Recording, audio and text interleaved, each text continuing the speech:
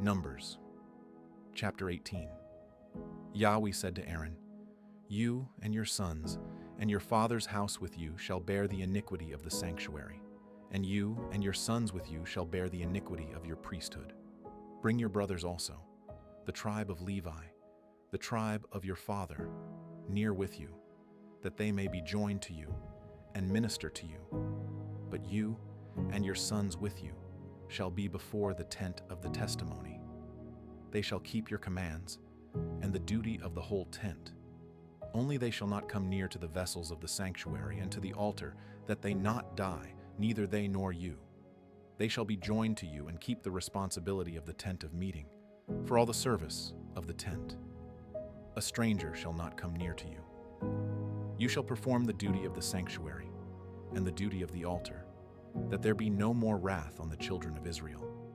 Behold, I myself have taken your brothers the Levites from among the children of Israel. They are a gift to you, dedicated to Yahweh, to do the service of the tent of meeting. You and your sons with you shall keep your priesthood for everything of the altar, and for that within the veil.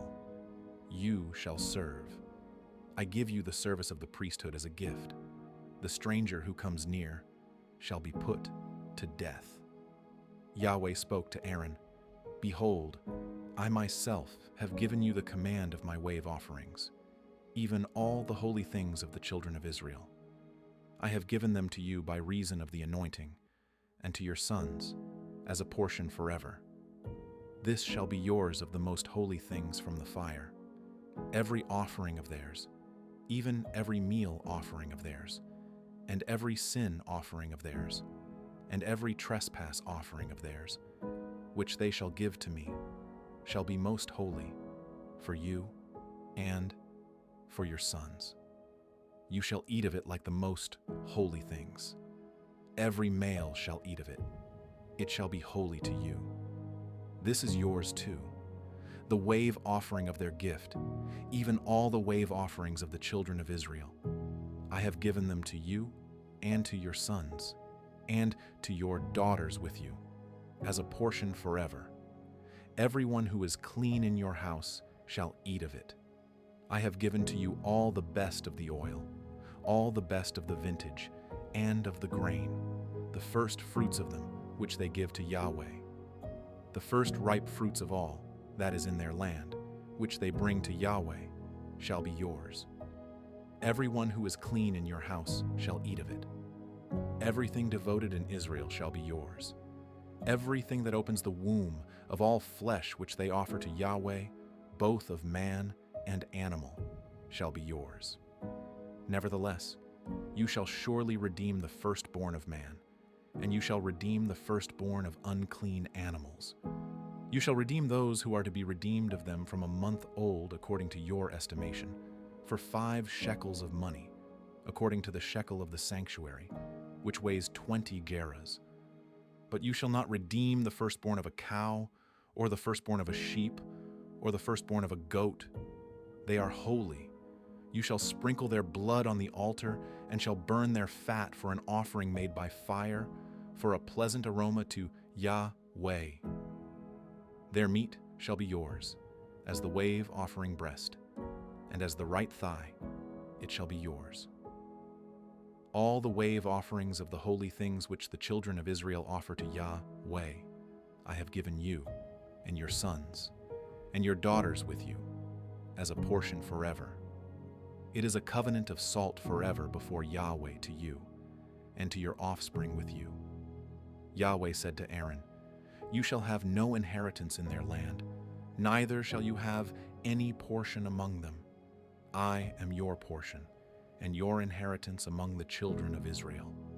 To the children of Levi, behold, I have given all the tithe in Israel for an inheritance, in return for their service which they serve, even the service of the tent of meeting. Henceforth, the children of Israel shall not come near the tent of meeting, lest they bear sin and die.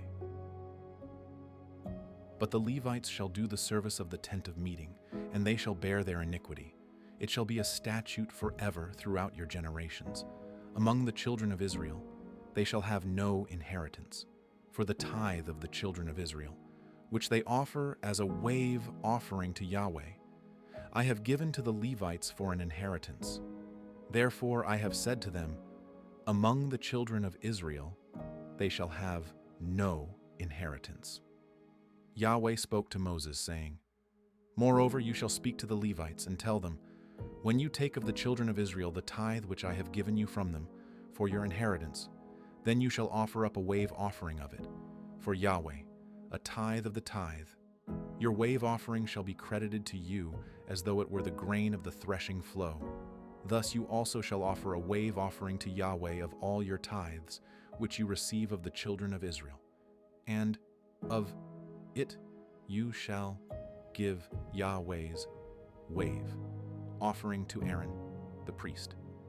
Out of all your gifts you shall offer every wave offering to Yahweh, of all its best parts, even the holy part of it.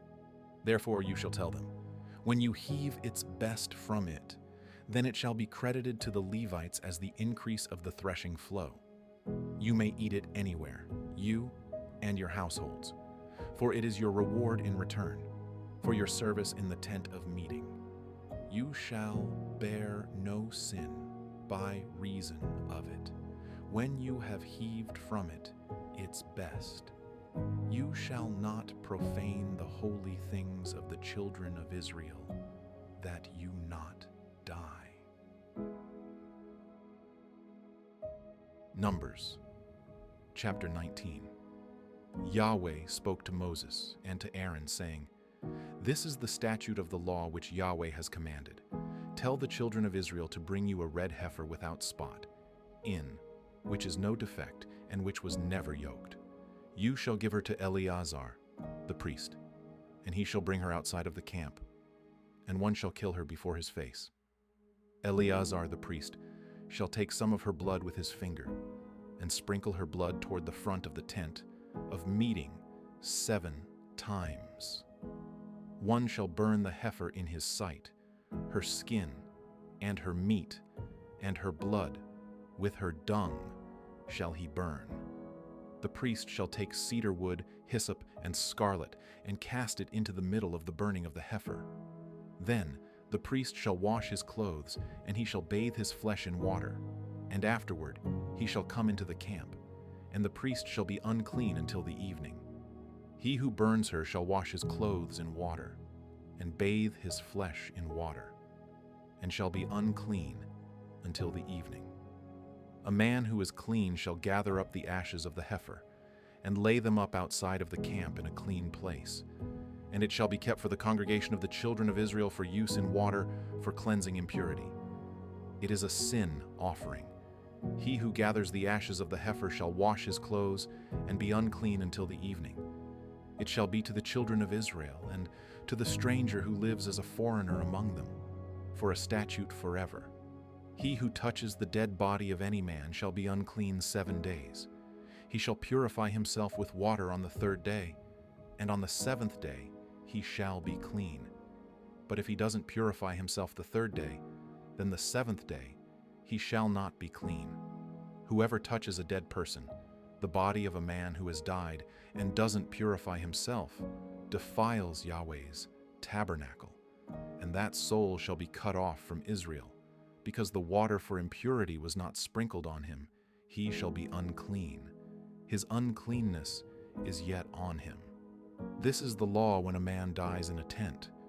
Everyone who comes into the tent, and everyone who is in the tent, shall be unclean 7 days. Every open vessel which has no covering bound on it is unclean.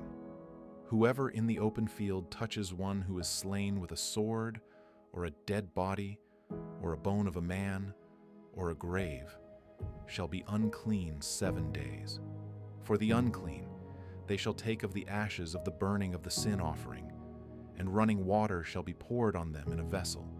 A clean person shall take hyssop, dip it in the water, and sprinkle it on the tent, on all the vessels, on the persons who were there, and on him who touched the bone, or the slain, or the dead, or the grave. The clean person shall sprinkle on the unclean on the 3rd day, and on the 7th day. On the 7th day he shall purify him. He shall wash his clothes and bathe himself in water, and shall be clean at evening.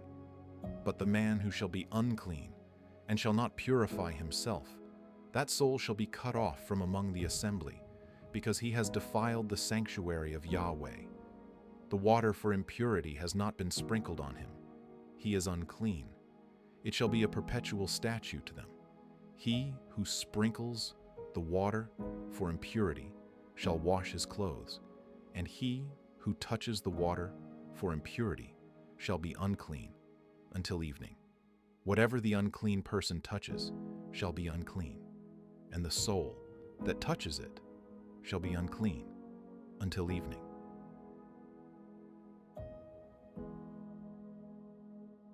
Numbers, chapter 20. The children of Israel, even the whole congregation, came into the wilderness of Zin in the 1st month. The people stayed in Kadesh. Miriam died there and was buried there. There was no water for the congregation, and they assembled themselves together against Moses and against Aaron.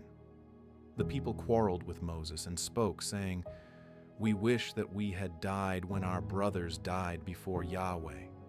Why have you brought Yahweh's assembly into this wilderness, that we should die there, we and our animals? Why have you made us to come up out of Egypt, to bring us into this evil place? It is no place of seed, or of figs, or of vines, or of pomegranates, neither is there any water to drink." Moses and Aaron went from the presence of the assembly to the door of the tent of meeting, and fell on their faces. Yahweh's glory appeared to them.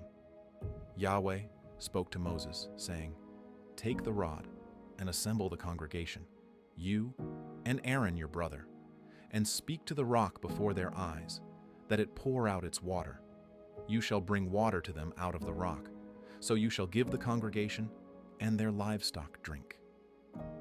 Moses took the rod from before Yahweh, as he commanded him.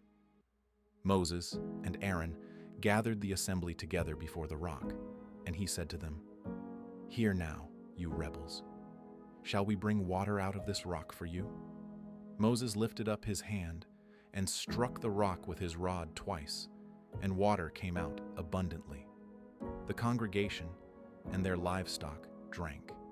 Yahweh said to Moses and Aaron, "Because you didn't believe in me to sanctify me in the eyes of the children of Israel, therefore you shall not bring this assembly into the land which I have given them.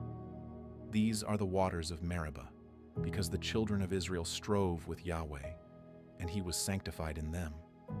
Moses sent messengers from Kadesh to the king of Edom, saying, "Your brother Israel says, 'You know all the travail that has happened to us, how our fathers went down into Egypt, and we lived in Egypt a long time. The Egyptians mistreated us and our fathers. When we cried to Yahweh, he heard our voice, sent an angel, and brought us out of Egypt. Behold, we are in Kadesh, a city in the edge of your border. Please let us pass through your land. We will not pass through field or through vineyard. Neither will we drink from the water of the wells. We will go along the king's highway. We will not turn away to the right hand nor to the left, until we have passed your border." Edom said to him, "You shall not pass through me, lest I come out with the sword against you." The children of Israel said to him, "We will go up by the highway, and if we drink your water, I and my livestock, then I will give its price. Only let me, without doing anything else, pass through on my feet." He said, "You shall not pass through." Edom came out against him with many people and with a strong hand. Thus Edom refused to give Israel passage through his border, so Israel turned away from him. They traveled from Kadesh, and the children of Israel, even the whole congregation, came to Mount Hor.